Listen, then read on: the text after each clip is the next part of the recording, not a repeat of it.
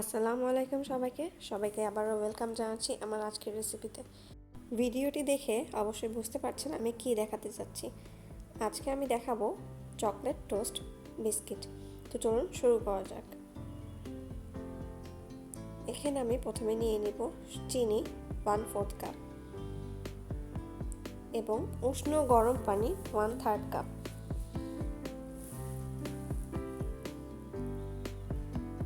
পানিটা অবশ্যই উষ্ণ গরম হতে হবে, খুব বেশি গরম হওয়া যাবে না। নিয়ে নিয়েছি 1 চা চামচের মতো মিল্ক এসেন্স। আমি এখানে রেইনার্স ব্র্যান্ডের মিল্ক এসেন্স ব্যবহার করেছি। আমি আপনাদেরকে বোতলটা দেখিয়ে দিলাম। এবং নিয়ে নিচ্ছি 1/2 টেবিল চামচ ইস্ট। এখন আমরা চিনি, পানি এবং ইস্ট সব একত্রে ভালো মতো মিশিয়ে রেখে দিব 10 মিনিটের জন্য। এখন আমরা একটা শুকনো বাটি নিয়ে নিচ্ছি এবং তাতে নিয়ে নিচ্ছি 2 কাপ ময়দা। নিয়ে নিচ্ছি 3 টেবিল চামচ গুঁড়ো দুধ এবং নিয়ে নিচ্ছি 1 টেবিল চামচ কোকো পাউডার এবং নিয়ে নিচ্ছি 1 চা চামচ লবণ। টোস্ট বিস্কিট বানাতে সবচেয়ে প্রয়োজনীয় উপাদান যেটা আমাদের লাগবে ব্রেড ইমপ্রুভার, তা নিয়ে নিচ্ছি 1/4 টিস্পুন, মানে 1/4 চা চামচ। এখন আমি সব শুকনো উপকরণগুলো একত্রে ভালো মতো মিলিয়ে নিচ্ছি। এখানে আমি দিয়ে দিচ্ছি 1/4 কাপ রেগুলার রান্নার তেল। আপনারা চাইলে এখানে মেল্টেড বাটারও ব্যবহার করতে পারেন। এখন আমরা তেলটা দিয়ে শুকনো উপকরণের সাথে ভালো মতো সব মিশিয়ে নিব।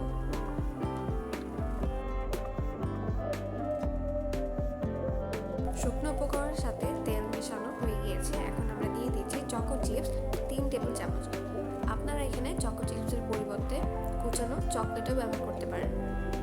চকো চিপস দিয়ে আমি সব ভালো মতো মিশিয়ে নিচ্ছি। এখন দিয়ে দিচ্ছি আগে থেকে বানিয়ে রাখা চিনি এবং পানির মিশ্রণ। চিনি পানি মিশ্রণ দেওয়ার পর ময়দাটা অনেকখানি নরম মনে হবে, এক্ষেত্রে ভয় পাওয়ার কিছু নয়। মথে নিতে নিতে ডোটা পারফেক্ট শেপে চলে আসবে। তো আমি এখন ভালো মতো ডোটা মেখে নিচ্ছি।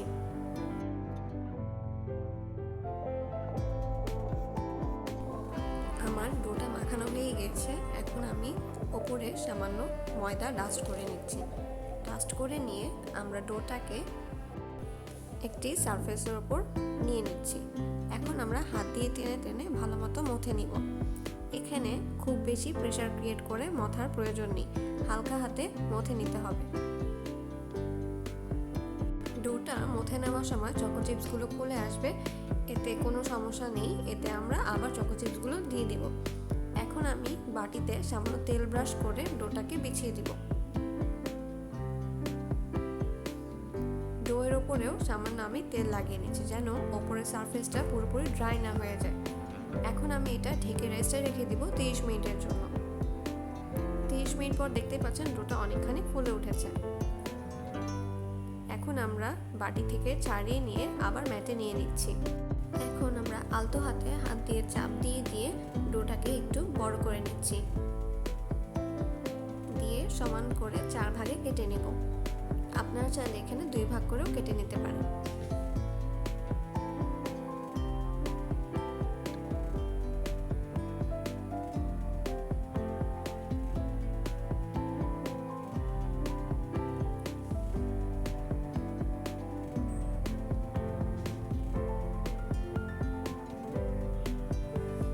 আমি একটি বেকিং ট্রে নিয়ে নিয়েছি এবং তাতে পার্চমেন্ট পেপার বিছিয়ে নিয়েছি। আমি আপনাদের দেখাচ্ছি রোল কিভাবে করবেন। আমি একটি অংশ নিয়ে নিচ্ছি এবং সেটা চাপ দিয়ে অনেক বড় করে নিয়েছি। এখানে আমি হাত দিয়ে কাজটি করে নিচ্ছি, এখানে রোলিং পিনের কোনো প্রয়োজন নেই। তা আমি হাত দিয়ে একটি রোল করে নিলাম, দিয়ে আরেকটি ডো নিয়ে সমানভাবে রোল করে নিচ্ছি। কাজটি দেখে নিশ্চয়ই বুঝতে পারছেন আমি কিভাবে ডোটাকে রোল শেপ দিয়ে নিচ্ছি। এভাবে আমরা 2টি ডো বানিয়ে নিলাম। এখন আমরা এটা রেস্টে রেখে দিব 30 মিনিটের জন্য। 30 মিনিট পর দেখতেই পাচ্ছেন আমার ডোটা ফুলে ডাবল হয়ে গিয়েছে। এখন আমি ওপরে ব্রাশ করে দিব নর্মাল পানি। এখানে আপনারা পানির পরিবর্তে দুধও ব্যবহার করতে পারেন। আমি একটি ব্রাশের সাহায্যে খুব আলতো করে পানি লাগিয়ে নিচ্ছি। ব্রাশ করার পর আমি ওপরে সামান্য চিনি ছিটিয়ে দিব।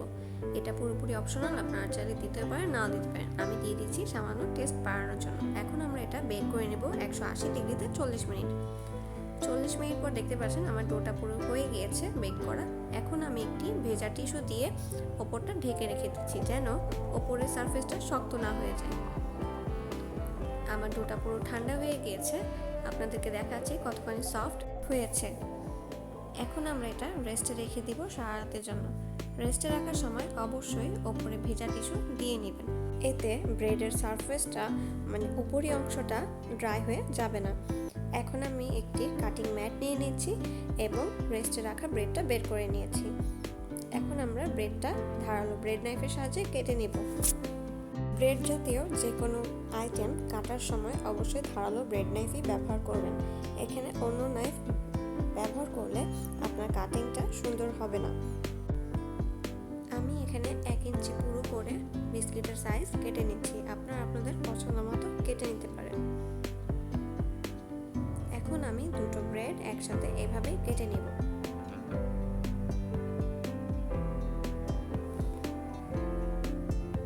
আমার ব্রেডগুলো কেটে নেওয়া হয়ে গিয়েছে। এখন আমি একটি বেকিং ট্রে নিয়ে নিয়েছি এবং তাতে পার্চমেন্ট পেপার বিছিয়ে দিয়েছি।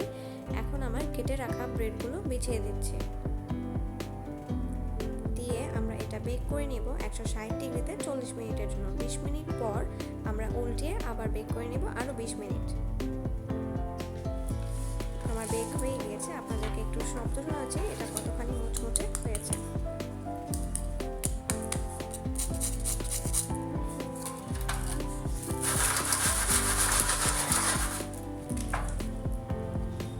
শব্দ শুনে নিশ্চয়ই বুঝতে পেরেছেন আমার টোস্ট বিস্কুট কতখানি মুচমুচে হয়েছে। এখন আমি বিস্কিটগুলো প্যাকেট করে নিব। আশা করি আপনাদের ভিডিওটি উপকারে আসবে, আপনারাও এভাবে বানিয়ে বিস্কিটগুলো সেল করতে পারেন। তো আজ এই পর্যন্ত, দেখা হবে পরবর্তী কোনো রেসিপিতে। আশা করি আপনাদের এই ভিডিওটি অনেক ভালো লাগবে। ভিডিওটি ভালো লাগলে অবশ্যই ভিডিওতে একটি লাইক দিন, আমার চ্যানেলটি সাবস্ক্রাইব করে পাশে থাকবেন। এখন আমি বিস্কিটের প্যাকেটে ভালো মতো এয়ারটাইট করে নিয়েছি যেন ভিতর থেকে কোনো বাতাস বিস্কিটের ভিতরে না পৌঁছাতে পারে। সবাইকে অনেক ধন্যবাদ আমার সাথে থাকার জন্য।